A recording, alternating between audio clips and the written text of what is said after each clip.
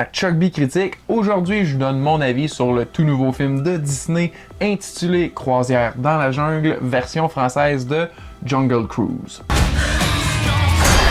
There's no such thing as curses. Everything that you see wants to kill you, and can.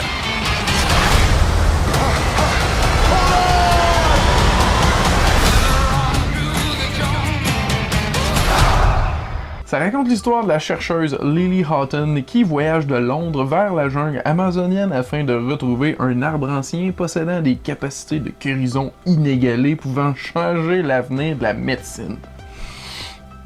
Afin de se rendre jusqu'à l'endroit où devrait se trouver ce pouvoir mythique, elle requiert l'aide du capitaine Frank et ensemble, ils se lancent dans une quête épique sur un bateau délabré. Je tournerai pas autour du pot, j'ai vraiment aimé ce film-là. Puis je m'attendais vraiment pas à l'aimer tant que ça, parce que les bandes annonces m'avaient pas du tout charmé. Il dépeignait un film qui me semblait vraiment trop générique.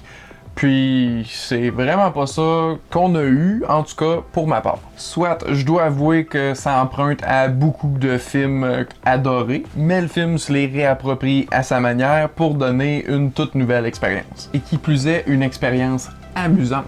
Et aussi effrayante par moments. Puis c'est vraiment ça que j'ai aimé à propos du film. Son mélange de tons comiques et sombres avec de l'aventure et aussi de l'émotion.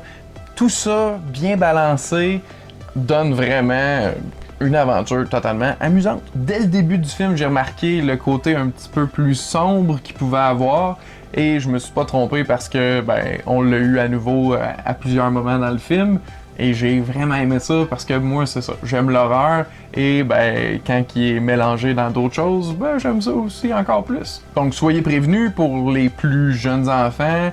Peut-être pas recommandé, ou du moins avec une bonne supervision, parce que y a des scènes assez intenses. Mais tu sais, genre 8 ans et plus, ça devrait être correct.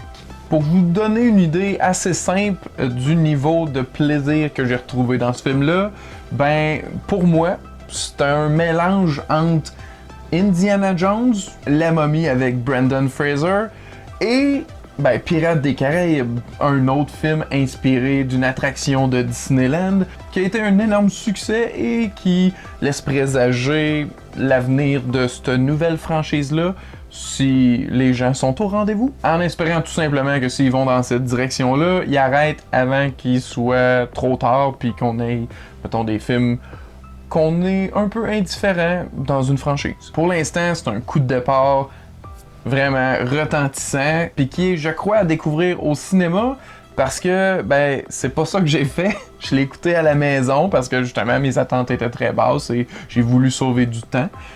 Eh bien, je l'ai regretté, parce que j'ai tellement aimé le film que j'aurais aimé ça le voir sur grand écran au cinéma pour la première fois. Donc, je me suis fait avoir. Mais il est encore temps pour vous, si vous l'avez pas vu, courez le voir en salle, je pense que c'est encore plus une expérience impressionnante et divertissante. Et là, j'ai même pas parlé des acteurs parce que sont réellement charmants et apportent vraiment tout l'humour nécessaire au film. Pas seulement Dwayne Johnson, tout autant Emily Blunt et aussi bien sûr Jack Whitehall, un humoriste, donc assez logique qu'il soit comique dans un film. Et pas seulement drôle dans son cas, ils ont tous des belles histoires avec des origines qui viennent nous toucher. Donc non, j'ai vraiment aimé ça, tout autant pour lui que pour Dwayne Johnson et même Emily Blunt. Puis il y a aussi un de mes favoris, Jesse Plemons, qui s'amuse vraiment comme un fou dans son rôle de méchant militaire qui les poursuit sans cesse puis qui devient un petit peu fou dans son sous-marin isolé. Il est tellement incroyablement drôle puis parfait cet acteur-là. À chaque fois qu'on a droit de ses performances, c'est tout le temps du bonbon. Malgré qu'une durée d'environ 2 heures, on sent pas vraiment le temps passer. Il y a quelques petits relâchements du rythme par moment, mais c'est simplement pour justement approfondir les personnages. Après ça, ça rembarque dans l'action et on a vraiment des revirements à chaque détour. Puis j'ai vraiment apprécié ça parce que je les ai pas nécessairement vus venir.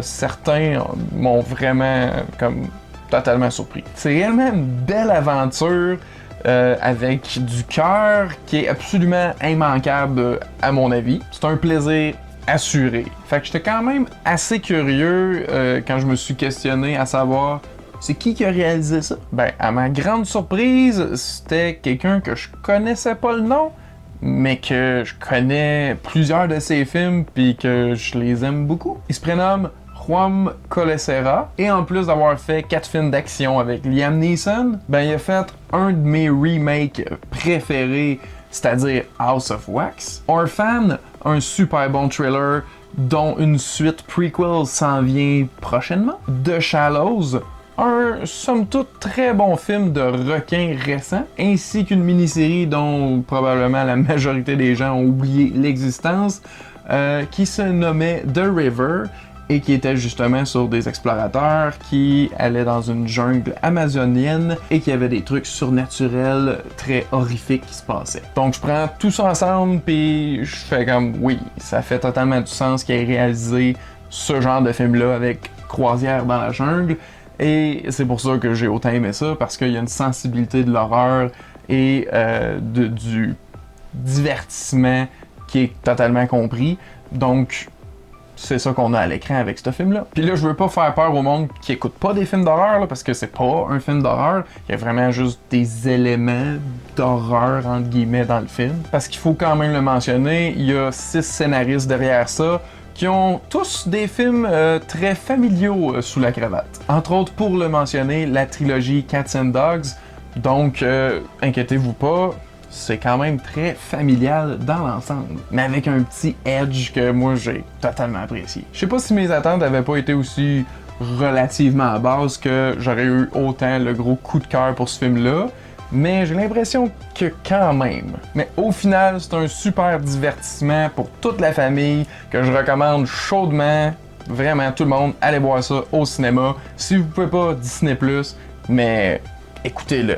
Vous le regretterez pas. Donc, si vous l'avez déjà vu, ben, j'aimerais savoir ce que vous en avez pensé. Puis, si vous prévoyez de l'écouter, ben, dites-moi ça dans les commentaires ci-dessous. Merci à tous d'avoir écouté. À la prochaine.